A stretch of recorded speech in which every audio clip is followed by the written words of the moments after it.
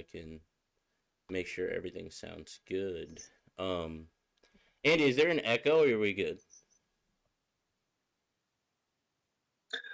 Just a little bit. It's better Okay. than it was before. Sorry, guys. So yeah, hopefully it's not too bad. Hopefully.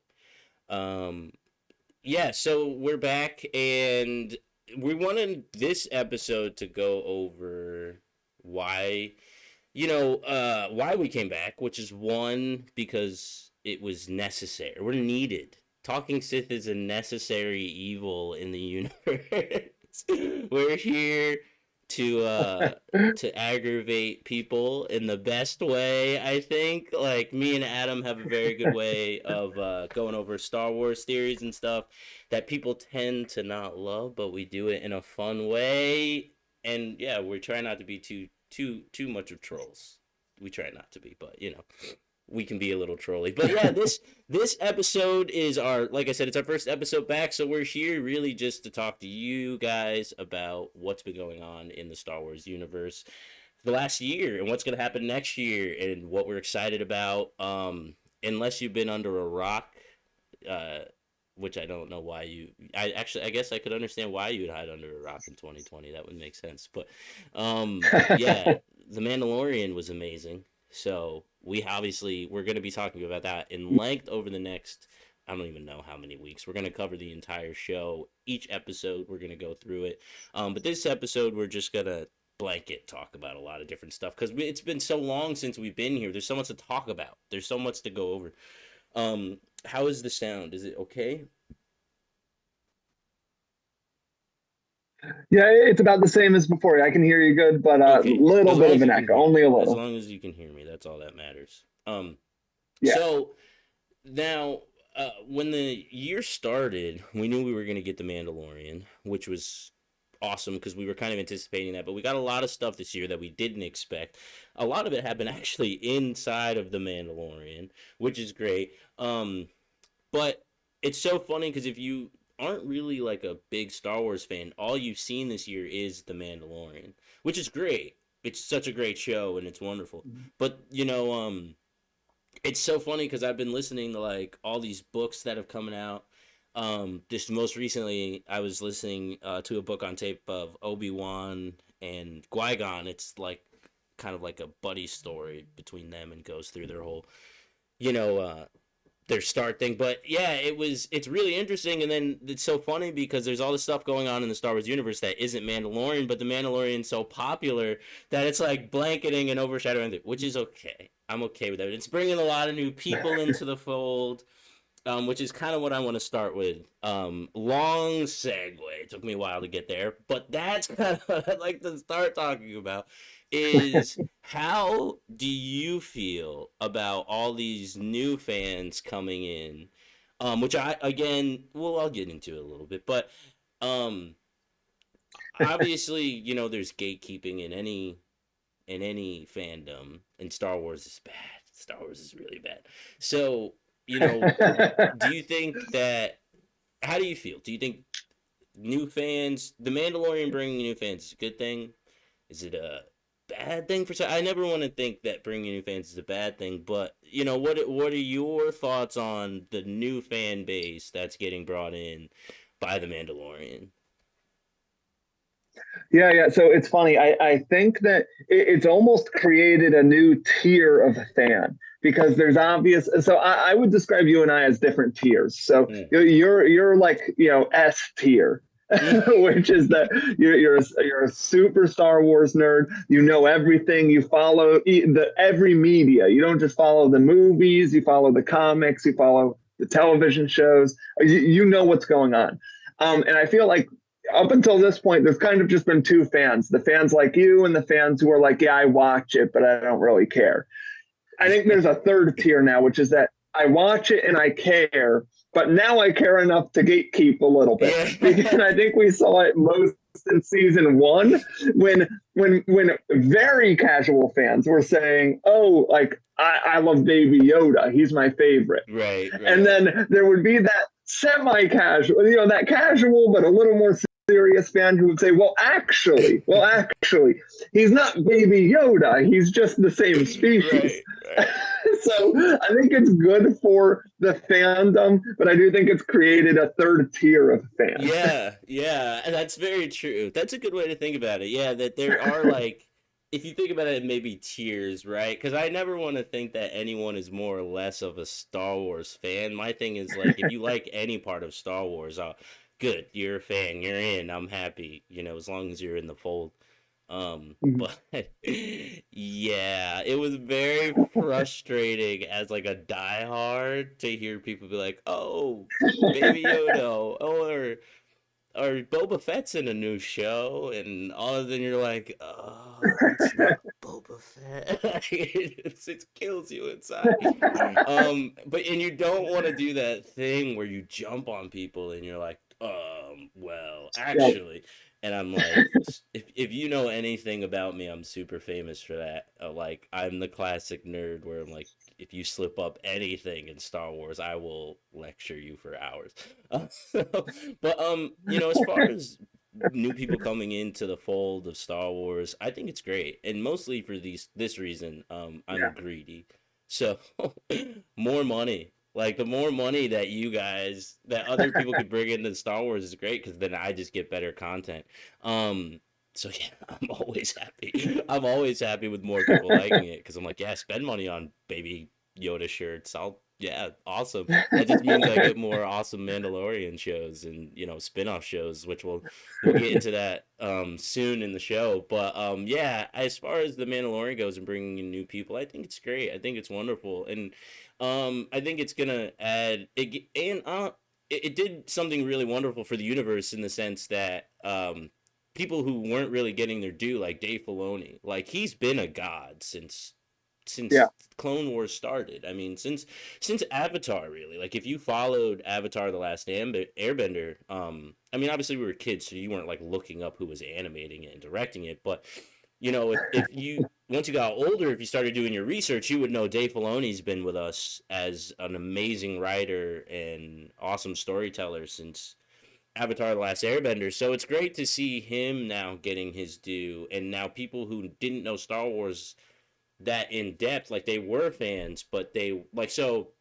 you said, there's kind of tiers. So those people who like were like, oh, Star Wars is cool, but I'll never watch it. We're like, what's this show that's on all the time that everyone's talking about? Let me watch it. And then those people who were kind of fans were like, oh man, let me dive a little bit deeper because there's some more here. And then people like me and Adam, who's not here today, we were like, oh snap, they got it right. Like, they got a lot of stuff good. So we were, diehards were really excited. And if this is why it was so magic, if you can do something that can get diehards excited and get people excited who have barely ever seen or watched Star Wars, you've done something right. If you can snatch everyone up, you nailed it, and they definitely did. So that's a big reason too why I think it's good. It's good for everything because it gives characters and directors and writers and people who have been a part of Star Wars for ages now. I mean, the Clone Wars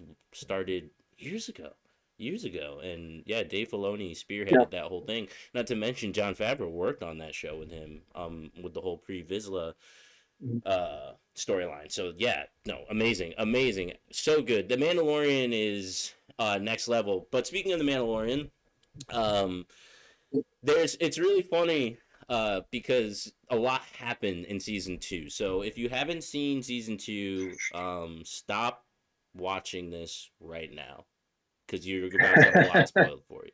So I think we've already spoiled a couple things actually. So just quietly. So maybe if you stop, go watch it, then come back. But now's the time. Whatever the time stamp is, go watch it.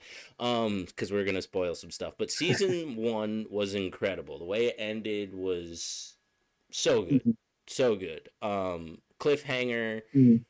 We're but we feel safe and comfortable, right? So it ended in a way where we're like, what's gonna happen? But Grogu is okay. We didn't know his name was Grogu at the time, but at the time we're like, oh, Baby Yoda's safe in Mando's arms. They're spreading out the universe. They're good. We're happy, but we want to know what else is gonna happen.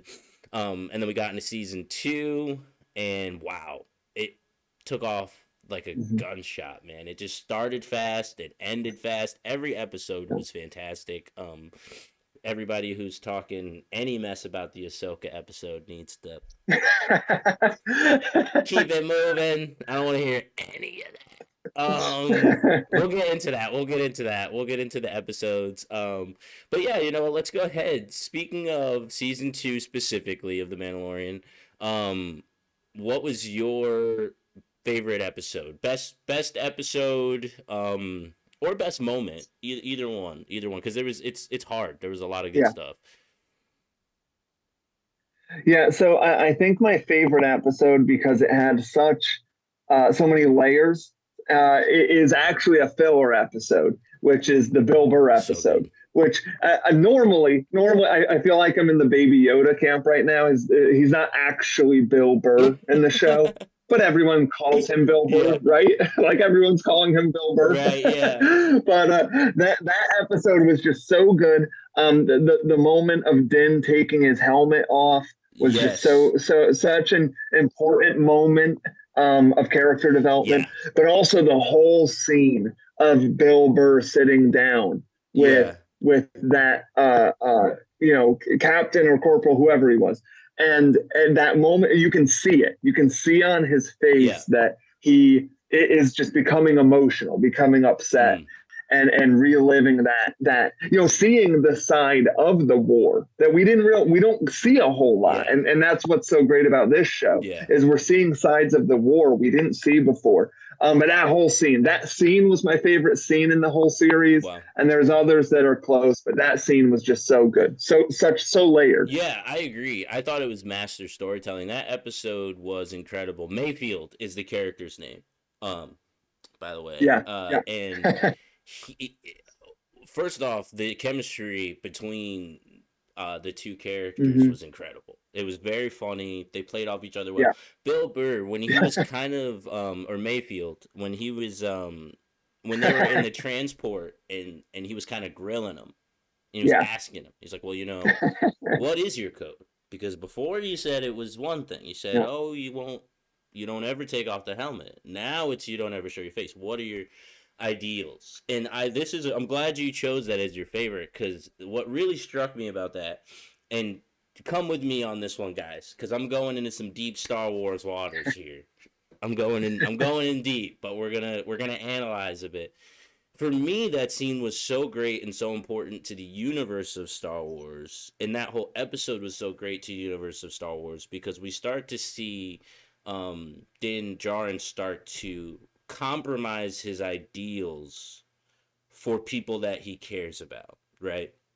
The other character that was prominent in Star Wars that we saw do that was Darth Vader, or Anakin Skywalker, who is by far the best and biggest character in Star Wars. I mean, he is Star Wars. The whole thing revolves around him.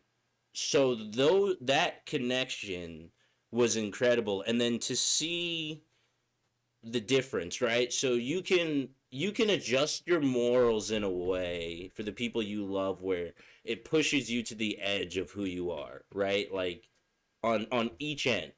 So with Darth Vader, we saw the things he did to be able to accomplish that end in those means, or by those means, and then we saw what Din did when he took his helmet off and started to compromise his ideals, and we can start to see again, which is why I love Star Wars so much, in the story of Darth Vader, is how closely related love and hate are, and how we think that they're these two separate, wildly different things, but they really aren't too different, and they really do intersect with each other in a way that's very interesting.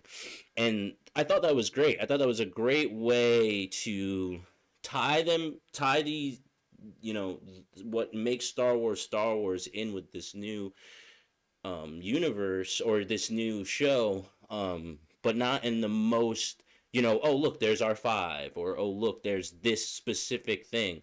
Those motifs that have to do with with the actual characters and their feelings and things like that, those are carrying over as well. And that's what I love so much about that. I agree. Yeah, that was a fantastic episode, and that shot at the end, woo, bam, from all the way up, you blew up the Tabana. That, or no, it wasn't Tabana. It wasn't Tabana gas. It was Rhydonium. I'm a nerd. The only reason I thought Tabana gas was I just watched an episode of Rebels the other day, and they had to blow up Tabana gas or something like that. Or when I think when Kanan Jarrus died, it was because they were trying to blow up the Tabana gas. See, guys, it's bad.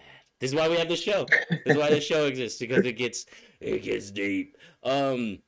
But yeah, no, I agree. And then so favorite episode and favorite moment. Favorite character reveal. Do you have one? Ooh, favorite character reveal. Oh man, that's a tough one. I mean, it probably has to be Luke, right? I don't know if you have a choice. Does Grogu getting his name count as a character reveal? I don't think so, right? No, because I was gonna say that's a big one. And could you say R2? R2, because we kind of, it was gonna be Luke, right? It was gonna be Luke. Like, even if we didn't no, right. We knew it was gonna be Luke. But when R2 rolls up, who expected that? That was crazy. So I'm watching the episode, and I'm like, Luke comes, I get emotional. Okay, guys, I cried. I cried when Luke came. I watched it again with my in-laws on Christmas, and I cried again. I will just sob every time. So you're going through this emotional stuff, and then R2 shows up, and you're like, yeah! It's just the best feeling, like your heart explodes with joy. Yeah, that's probably my favorite. That was good.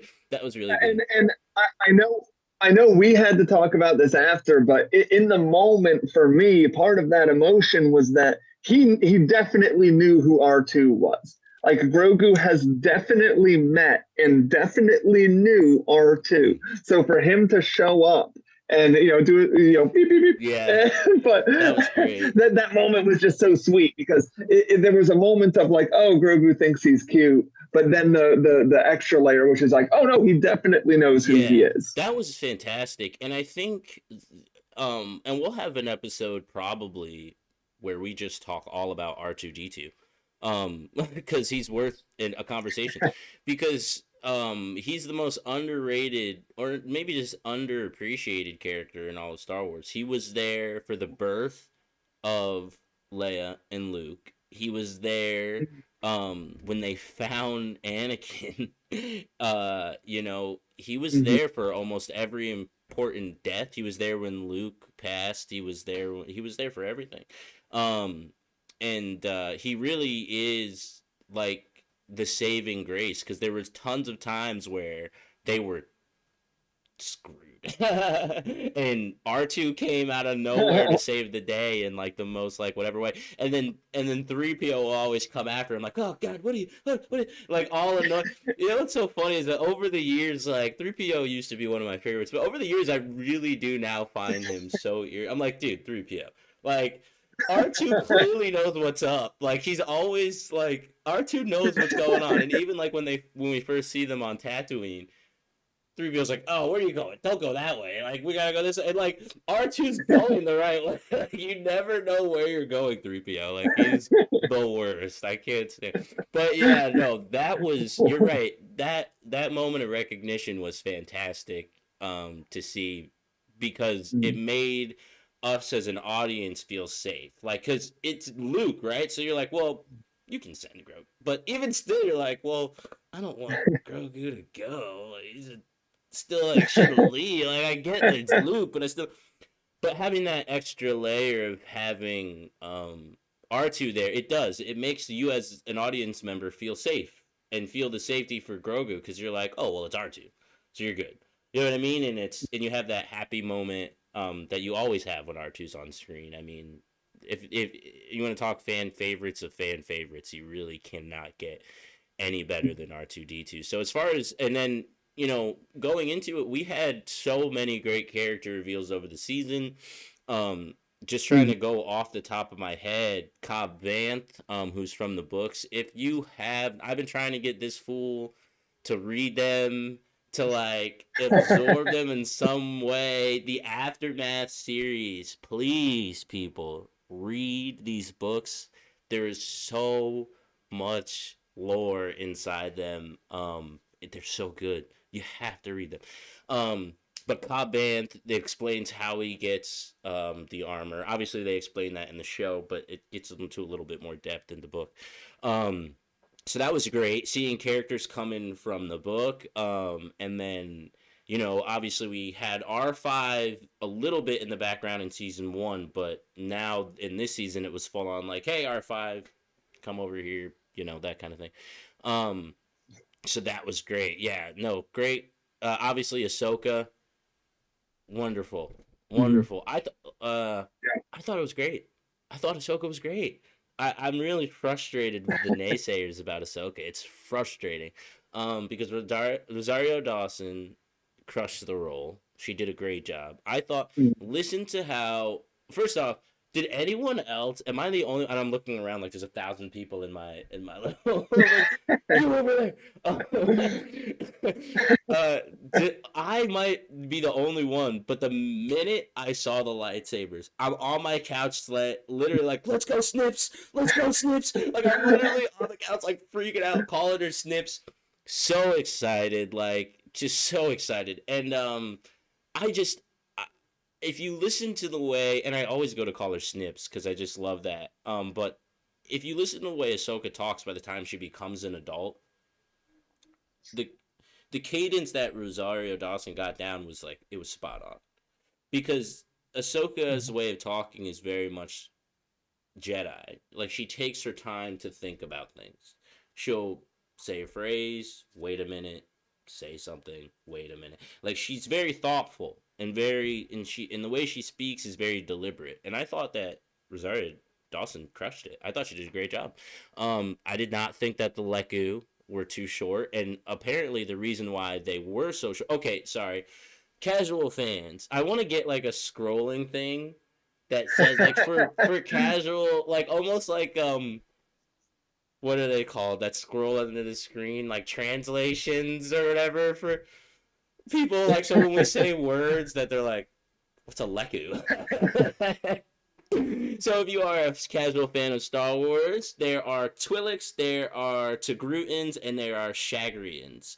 All of those things have these things that kind of come down, um, head tails, and they're called Leku. Togrutan is what Ahsoka is. She's a Togrutan. Shakti, she's a Togrutan. Um, Ayla Sakura, she's a Twi'lek. So there we go. So now you can look those characters up and you can see the differences between them. Masamita, he's a Chagrin. So there you go. Now you can look those characters up and you'll know the differences between them. But yeah, I guess because of the fact that she had to do stunts, they had to shorten them. So that makes sense. And as Ahsoka got older, they shortened. So I don't know. I didn't think that the length was a problem at all. And honestly, if you look at each iteration, so Ahsoka as a kid, and then Ahsoka a little bit more grown up towards the end of Clone Wars, then Ahsoka in Rebels, they all look different. And Ahsoka in Rebels, she's starting to look like a full on adult. Like she's got her facial features are now turned into like a woman. She looks like a woman, so I thought it was great. Mhm. I thought that the fact that they introduced in Grand. Okay, we need to take a whole 20 minutes for Grand Admiral Thrawn. Like the fact that they threw Thrawn in there, it's crazy because now they're throwing in things from Legends, all the way back from Legends, that got made canon in Rebels. That is now in the Mandalorian, which means we're going to see a live action Thrawn at some point, which is that's Mhm. crazy. If you don't know who Thrawn is, this is Thrawn. I don't know if you guys can see him very well. He's a blue guy. He's a Chiss Admiral. He's very cool, tactical, smart, and hangs out with the Empire and Tarkin and Vader. He's a part of the big three. The big three. So, yeah, that was so cool seeing Ahsoka and seeing where her storyline is going to go from here. I cannot wait. Speaking of Ahsoka, we got a lot of spin-off shows, but before we get to spin-off shows, Andy, let me ask you a question. If you had to choose, uh, if you had to choose, gun to your head, strawberries covered in chocolate or red velvet cake. I know it just got real sensual Ooh. here. It just got real sensual. Ooh. What would you If I choose? had to, well, are you serving it to me? And if the answer is yes, it's obviously chocolate covered Oh strawberries. my god, am I serving it to you? Oh, sure, man, sure. That sounds good. Oh man, that's so funny. Um, cool. Well, I agree with you. I think chocolate covered strawberries are delicious. And you know where you can get chocolate covered strawberry macarons? From Morel's Macarons. Mm. Business that was founded by, so full disclosure, this business was founded by my wife. We're going to do a really quick shout out to them as long as I can find their little blurb that they sent us. I don't know if I can. Let's see. Here we go. Okay, sorry guys. That wasn't as smooth as originally planned. All right. So, guys, really quick.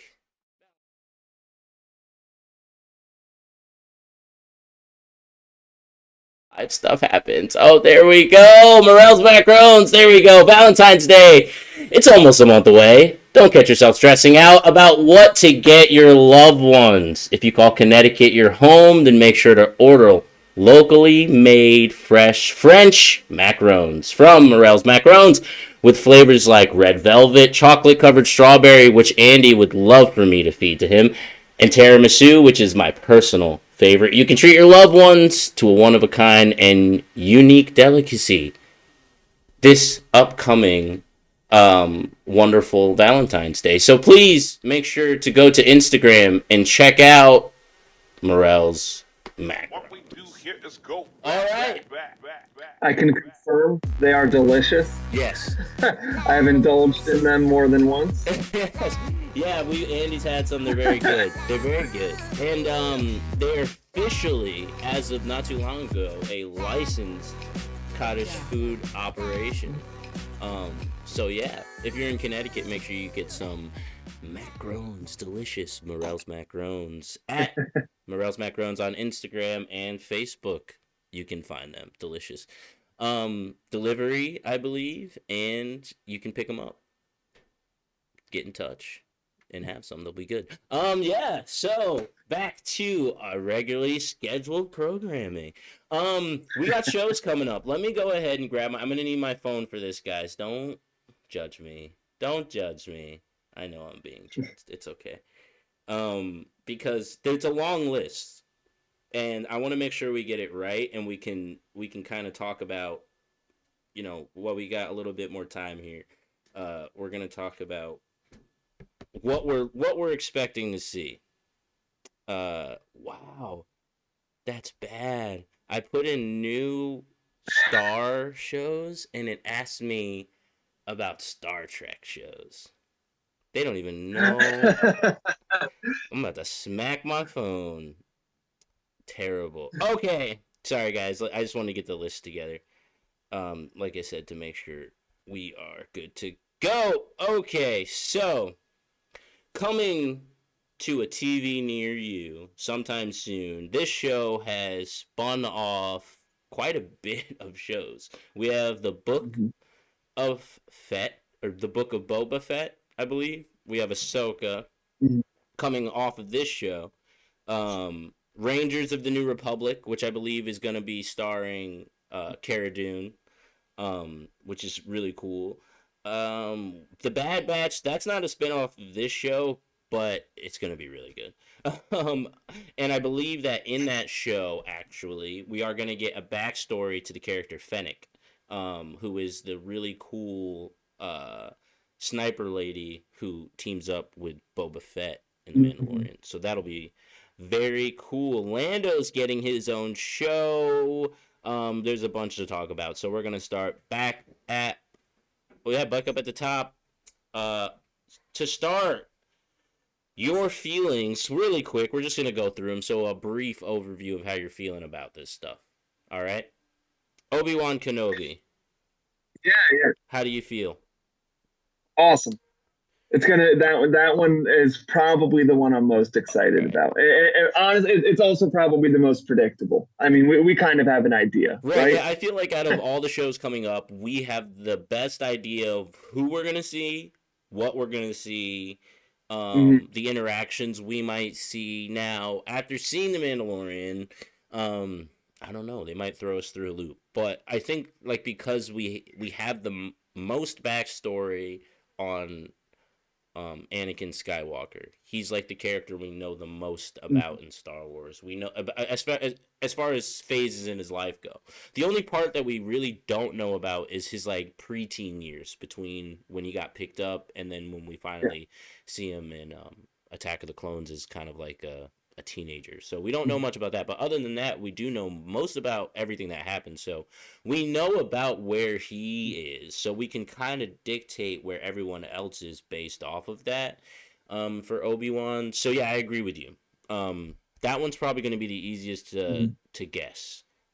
What's where we're going to be going. Hayden Christensen is going to be coming back for that, so that's really exciting. Ahsoka, Yeah. how do you feel about that one? Super excited. Yes. Super excited. Probably my second most anticipated behind Obi-Wan. Yeah, that one's going to be great again because we're going to see some. I think we're going to see a lot of characters out of the animated stuff Mhm. because that's where Ahsoka's from. So I like I said, and she already mentioned Thrawn. Um, so yeah, we're definitely gonna see a live action Thrawn. Who knows? We don't Mhm. actually. I thought about this the other day. Technically, I'm pretty sure Hondo is still alive from the cartoons, and I'm pretty sure Cad Bane. I'm pretty sure someone's gonna probably comment down underneath and correct me because I might be wrong. But Cad Bane, I think, might be alive. So those are two. There's some really cool characters out there that they can make live action. Come on, guys, a live action Cad Bane. Come on, Rangers of the New Republic. I don't know how I feel about this one. How do you feel? I'm curious. Curious. I mean, I'll watch it. I don't know how excited I am, but I'm at least, looking forward to seeing what it could be. Okay, I'll be honest with you. I'm not. This one I'm not really too excited about, and here's why. Um, Sometimes you can overkill it, right? Like sometimes you can overdo it. I feel like setting a show inside of the Mandalorian universe so close to the Mandalorian character himself, it's just like we're gonna be looking for the Mandalorian the whole time. You know what I mean? Like as we watch it, we're gonna be like, well, where's Mando? Where's Grogu?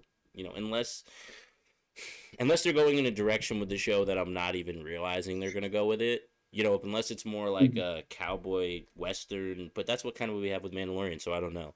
That one's tough. I'm not sure what we're getting with it, so I don't know what to expect really. But that one I'm actually kind of on the fence about. Andor. So this one is about for those who maybe didn't see or haven't thought about it in a while. Cassian Andor is one of the people who helped secure the plans for the Death Star in Rogue One. Um, so this will be his backstory, I believe. How do you feel about that one? Mhm. Interested. I mean, it'll be good. I always say I imagine it'll be good. Yeah, kind of in the same category of curious, but not really sure what to So expect. this is why I'm excited because Alan Tudyk is coming back to play K2SO for it, and K2SO is a Okay. hilarious droid. Um, so that'll be fun because they're having both original characters come back to play the characters, and then I also love that time period in Star Wars. I'm an Empire Mhm. guy, so anything Imperial, anything set in the Imperial times space, I love because anything else, I love figuring out the hierarchy, how the Imperial Navy works, how the Imperial Army works. I think it's fascinating. So I love anything set in that time. The Bad Batch. I'm excited for this one. I'm gonna disappoint you, man. Yeah. I mean, I'll watch the trailer when it comes out, but my curiosity is close to zero. Oh, you don't. You and the cartoons, Are man. you I gotta get ready? you. So Courtney and I, for context, Yeah. Courtney and I haven't watched the animated series, Yes. and I we just know. like happened to watch the Bad Batch. Yeah. And that was the episode where we said, you know what, maybe we'll find an abbreviated version of like the necessary Right. episodes. Right. Right. That's so funny. I love the cartoons. Courtney is Andy's girlfriend. For those of you, which is everyone Yeah. who does not know. And she's a huge Star Wars fan, and she's very cool. So maybe we'll have her on the show Yeah, sometime. Chaz isn't the only one with Star Wars. That's so funny. And then it looks like Lando. So these ones are kind of like honorable mentions. Vision. I don't even know. It's short films that have to do with Star Wars from the Disney universe. That should be Yeah, interesting. Lando. yeah. That looks like it's gonna be interesting. I'm excited just because it's Lando. Yeah, But I'm excited to see what his character does. I just don't know if I think the show's going to be any good. yeah. If Donald Glover comes back to play a young Lando, the show's gonna be great. Yeah, Show's gonna be yeah, fantastic. So, yeah. Acolyte, the Acolyte. This is in the High Republic era. This might be interesting because we might see some people like Plagueis or Malgus or Darth Revan, some really cool characters from Knights of the Old Republic and the Old Republic era. So that would be really cool. And a droid story, Mhm. and we all know if you've seen the Lego movies, a droid story, those are really funny, Yeah. and it kind of just gives like this interest. It's basically the droid's perspective of what's happening in Star Wars, and they're actually really good.